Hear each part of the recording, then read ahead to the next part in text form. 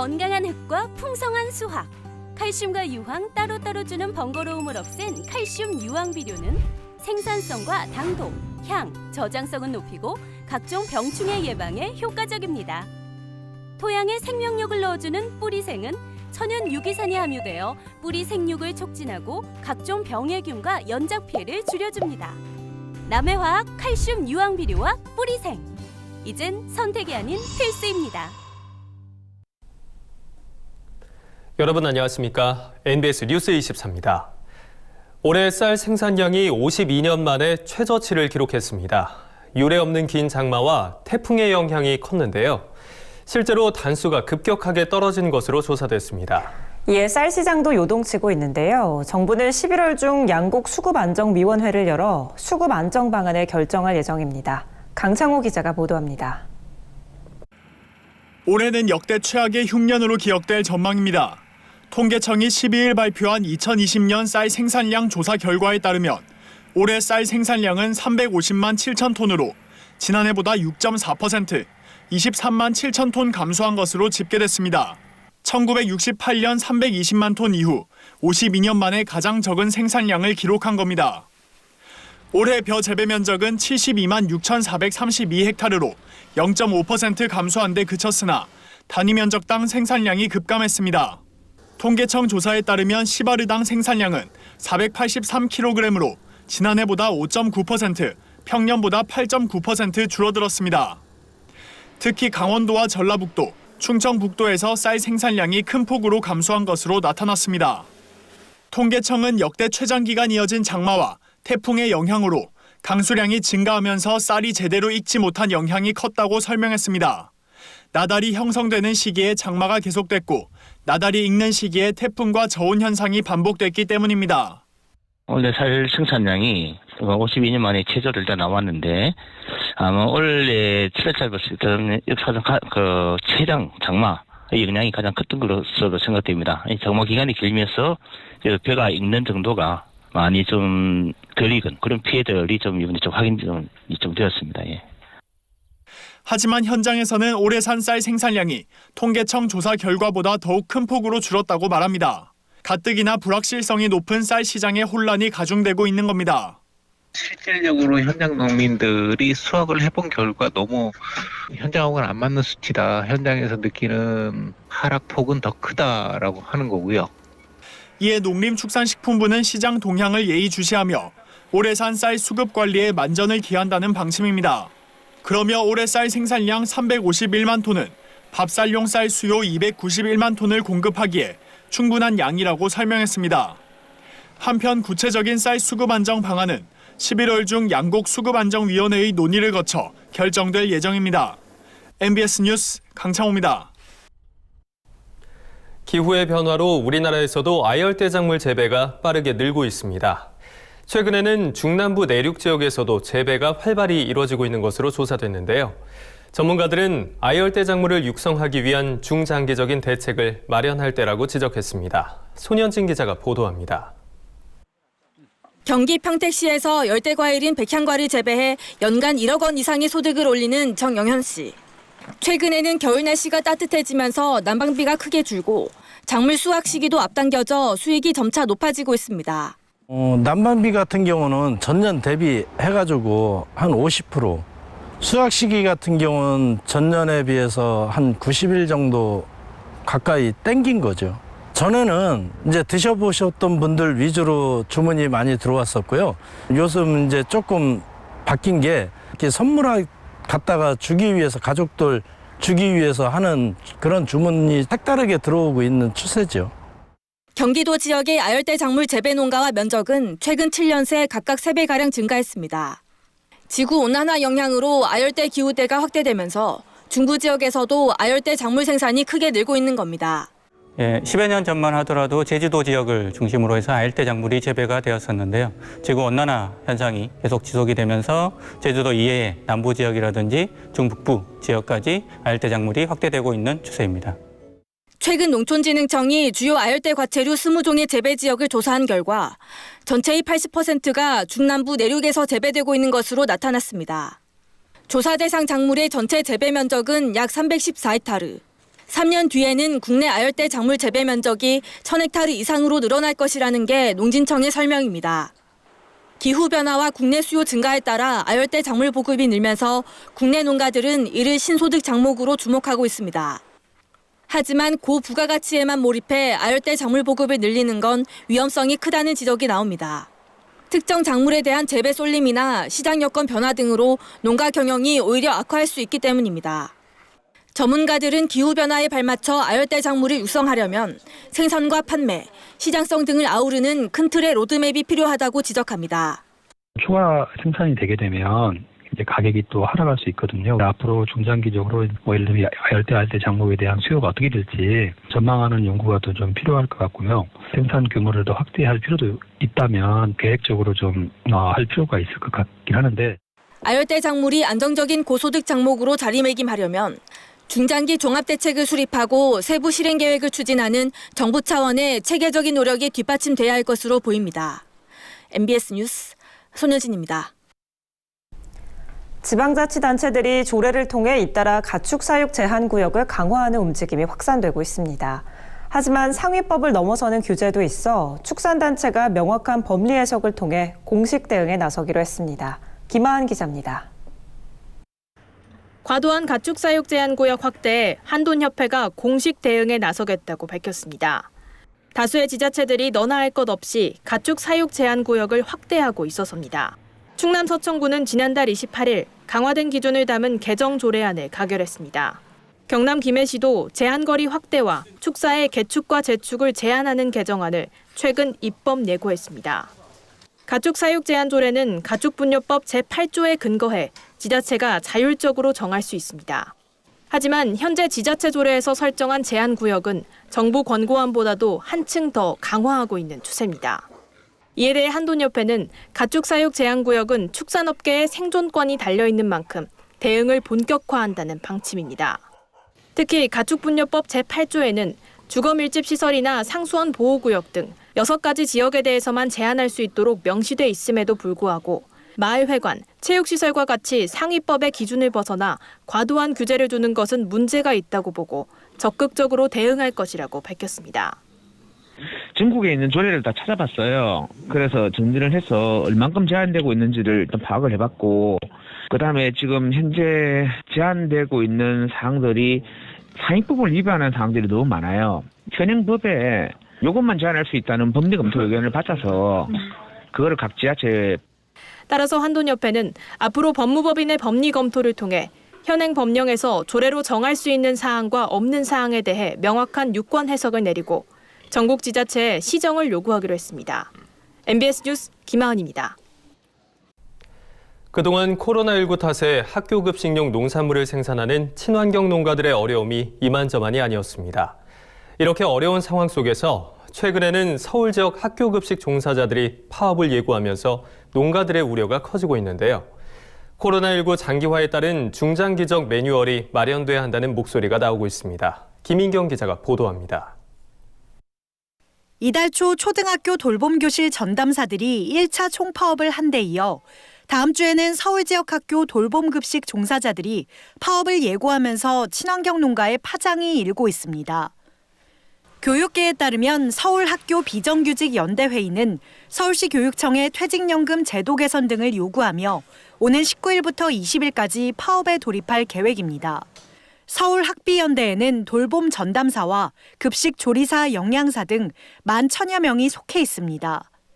이들이 파업에 들어가면 초등학교 돌봄교실 운영과 학교 급식에도 차질이 빚어질 전망입니다. 서울 지역 초중고등학교 급식에 농산물을 공급하는 친환경 농가들은 겨우 안정세에 이른 친환경 급식이 또다시 타격을 입지 않을까 우려하고 있습니다. 저장이 가능한 품목이야 큰 문제는 없는데 그럼에도 불구하고 공급일이 이틀이 줄은 거 아닙니까? 그렇다고 나중에 이제 학교 급식 이틀 더 하는 건 아니니까 일부 피해는 당연히 있을 거고요. 코로나19 확산에 따라 등교가 중단된 올해 3월부터 친환경 농가들의 사정은 악화일로를 걸었습니다. 학교 급식 중단에 따라 농가들이 생산한 농산물이 폐기 처분되거나 창고에 할 일 없이 쌓여만 갔던 겁니다. 지난달 사회적 거리 두기가 1단계로 완화되고 등교 또한 현재로선 정상화 추세지만 아직도 전국의 코로나19 신규 확진자가 세 자릿수를 기록하는 등 학교가 언제 문을 닫을지 모른다는 불안감이 큰 상황. 이에 친환경 농가들은 교육당국에 보다 근본적인 대책을 요구하고 있습니다. 계속 그 세 자리 숫자 중반대까지 넘어가고 이러니까 걱정스러운 마음이 들죠. 이후에 진정이 안 되면 결국은 또 최종적으로 피해를 보는 사람들은 소비자와 이제 농민. 농가들은 내년에도 발생할 수 있는 학교 급식 중단 또는 축소 상황에 대비해 중장기적인 대안을 마련해야 한다고 지적합니다. 사회적 거리두기 지침과 급식 상황 등에 따라 각 단계에 맞는 매뉴얼을 만들어 보다 체계적으로 대응할 필요가 있다는 겁니다.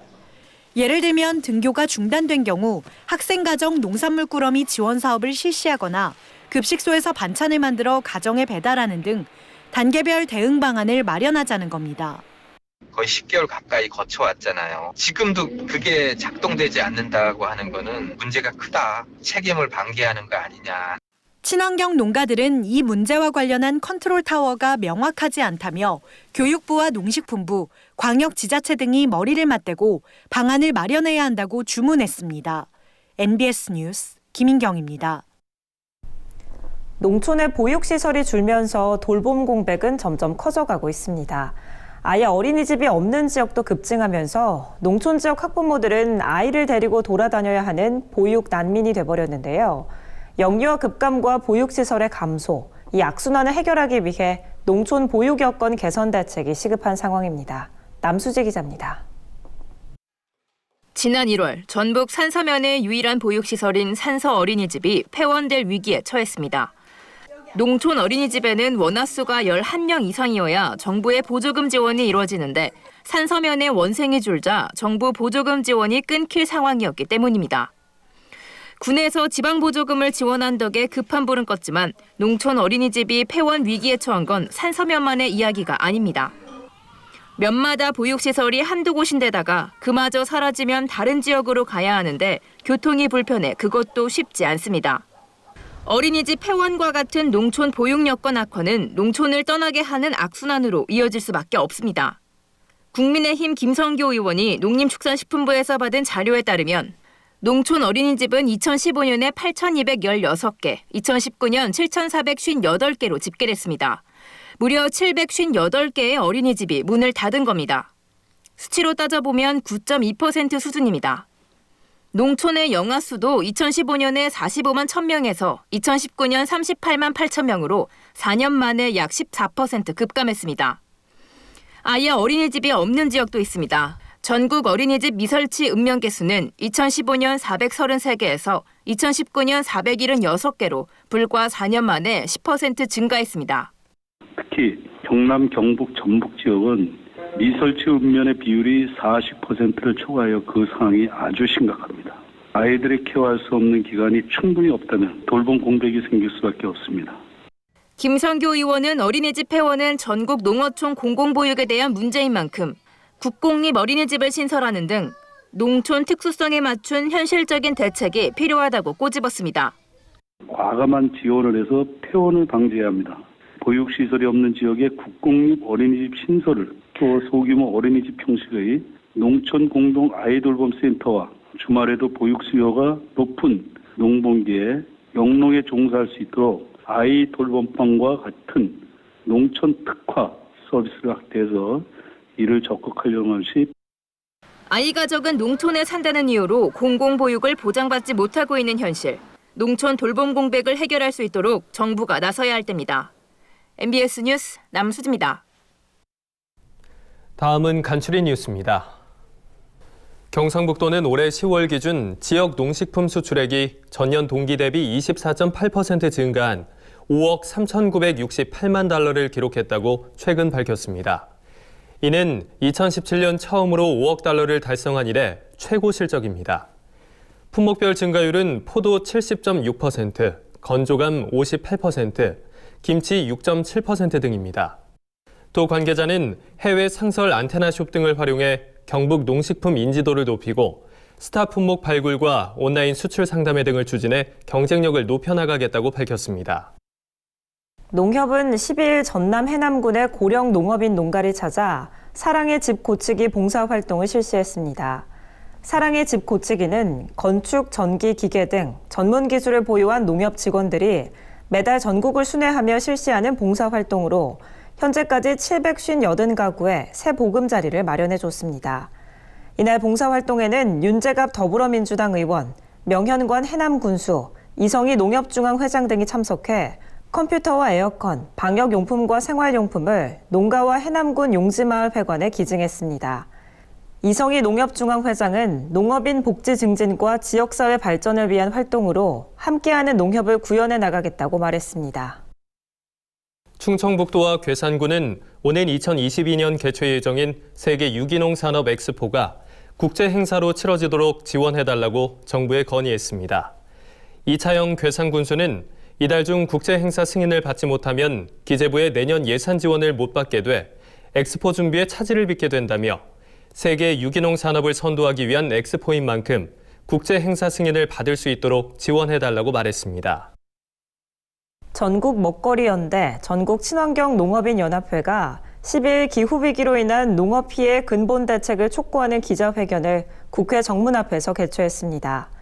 친환경 먹거리 단체는 이날 정부의 기후위기 극복을 위한 친환경 농업의 전면 확대, GMO 완전 표시제 실시, 친환경 무상급식 예산 지원, 먹거리 기본법 제정 등을 요구했습니다. 이 밖에도 정부의 친환경 직불금의 지속적인 지급과 논농업을 친환경으로 전환해줄 것을 촉구했습니다.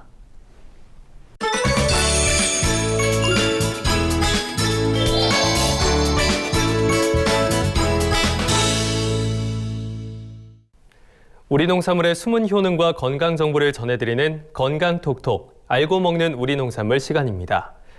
요즘 기온이 떨어지면서 아침 저녁으로 꽤 쌀쌀해졌습니다. 이맘때 인기를 끄는 식재료가 있는데 음식의 양념 역할을 할 뿐만 아니라 약재로도 쓰이는 생강입니다. 오늘 건강톡톡에서는 생강의 효능에 대해 현장에 나가 있는 권소환 기자가 자세히 알려드립니다. 체온을 1도 높이면 면역력이 5배 높아진다고 합니다. 그만큼 체온은 우리 건강에 중요한 요소인데요.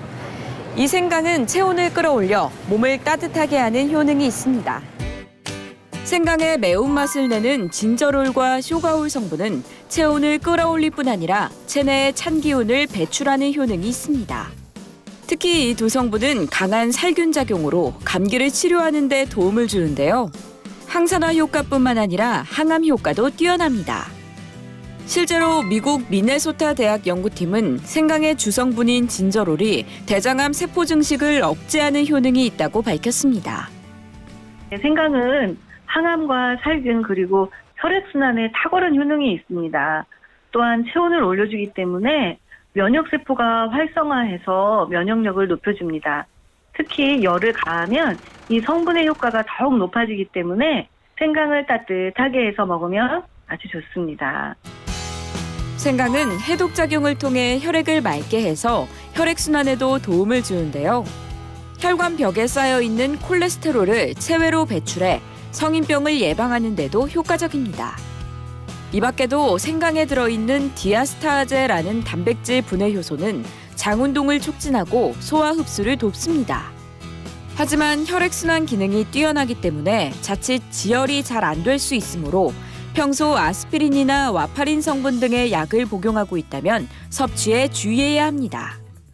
또 위가 약하거나 위장 질환이 있는 경우에도 위액이 지나치게 많이 분비될 수 있으므로 주의하는 것이 좋습니다.